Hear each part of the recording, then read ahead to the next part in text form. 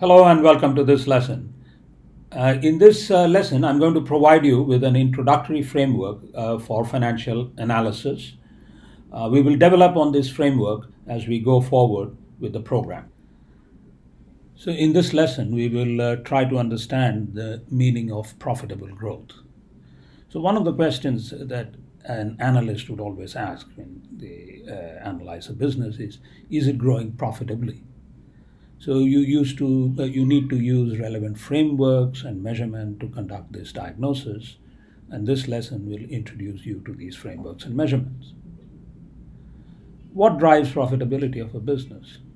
So in this lesson, we will identify three main components that drive business profitability, and by the end of this lesson, you will learn and recall these three main components as you conduct the diagnosis. The financial objective of a business can be broadly defined as a profitable growth.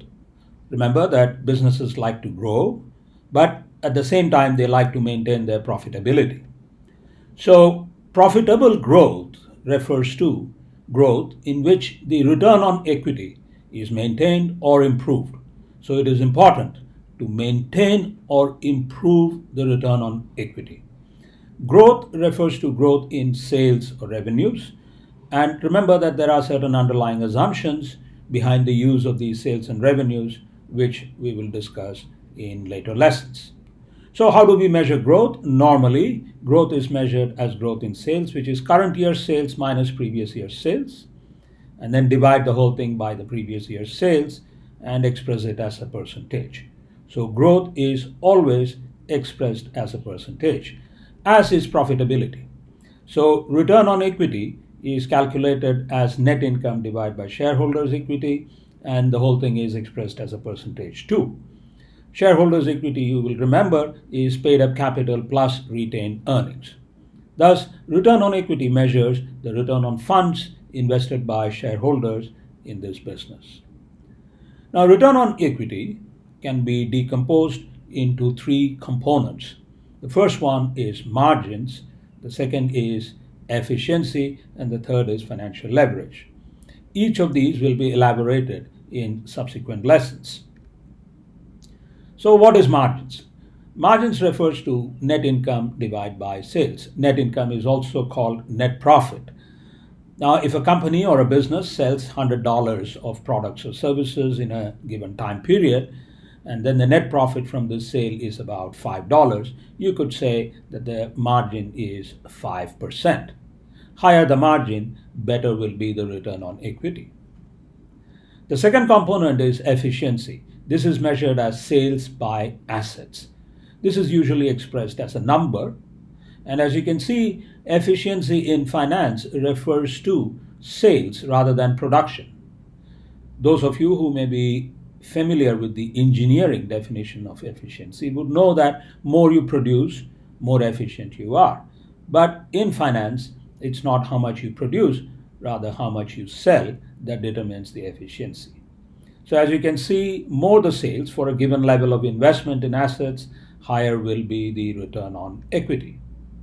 The third component is called financial leverage. This is measured as assets divided by equity.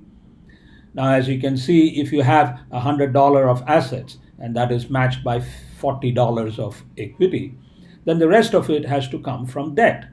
So, financial leverage measures the amount of debt finance. Now, in effect, what this asset by equity ratio tells you is that more the debt that is used by a company or business to finance its assets, higher will be the return on equity. So the three components of return on equity are net income divided by sales, sales divided by assets, and assets by equity. Now, if you multiply these three, it will come to net income divided by equity. So, in summary, we can say that growth is measured as a change, percentage change in revenue between one period and the other, and profitability is measured by the return on equity. So, if you map growth and profitability on two axes, that means growth on the x-axis and profitability on the y-axis, you can get a profile of a company. A company that has low profitability with growth is one where the sales are growing, but the ROE is declining possibly.